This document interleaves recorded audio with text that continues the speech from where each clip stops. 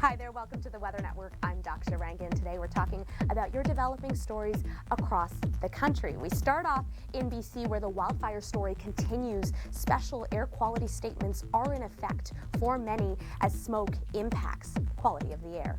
Now on the prairies, we've also got that thunderstorm risk from today in Alberta that's going to shift eastward as the week progresses. Saskatchewan and Manitoba, you're going to be seeing that risk for some thunderstorms later on. As well on the prairies, northern sections of all three prairie provinces are seeing heat warnings in effect as that warming trend continues.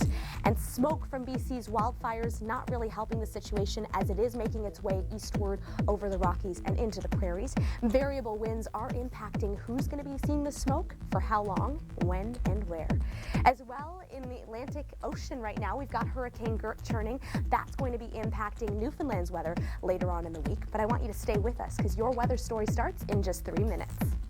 Thank you so much for joining me on the Weather Network. I'm Daksha Rangan. It's a pleasure to have you here with us today. Taking a look back to Alberta, actually. So we have a couple things going on. We had that thunderstorm risk for today. We have heat warnings in the northern prairies across all three prairie provinces.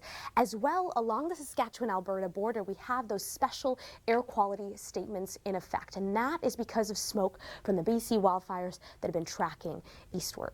Now, all of this, we've also got a thunderstorm risk in addition to all of that. It was in Alberta today, as we just saw. It shifted eastward into Saskatchewan and into Manitoba for tomorrow. That's what we're looking at. Isolated severe storms mostly along the Saskatchewan-Manitoba border and stretching just into the Interlake region as well for Tuesday. Heavy rain, strong winds, even small-sized hail.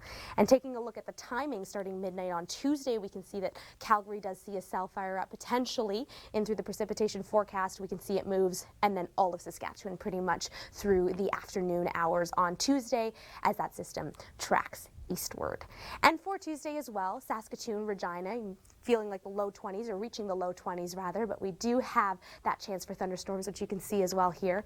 All right, but on Monday, we've got some big news with a solar eclipse. I'm going to throw it to Nathan to tell you more.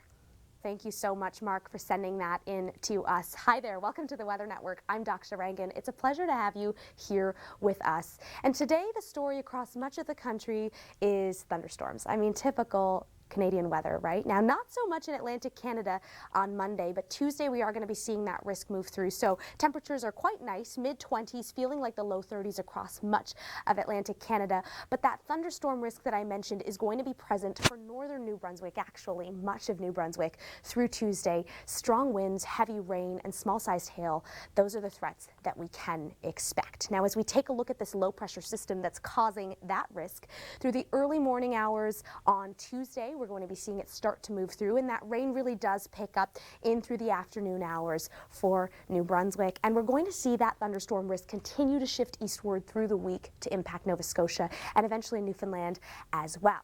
Now, thunderstorms are also the story in Ontario. We've got hot temperatures, though. Things are going to be quite nice. They don't really help, however, when it comes to thunderstorm risk, this warmth. And that risk is going to be widespread across southern Ontario through tomorrow. Now, isolated severe storms, we can expect those in Quebec. But generally, again, strong winds, heavy rain, very similar to New Brunswick, small-sized hail as well. Those are the risks that we can expect for tomorrow. Now, timing-wise, we're seeing this cold front passing through. And through the early, or rather the late morning hours, the GTA, you're going to be seeing that rain.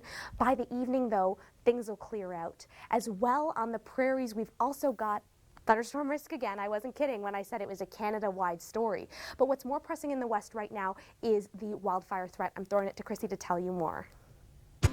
Hi there, welcome to the Weather Network. I'm Michelle Mackey, and I am so excited to introduce to you our newest weather presenter. This is Daksha Rangan. Hi, Daksha. Hi, Michelle. How are you feeling? I'm feeling good. I'm feeling excited to be here and share the weather story with our viewers. Yeah, we have a lot to talk about, and we will get to the full weather story in just a moment.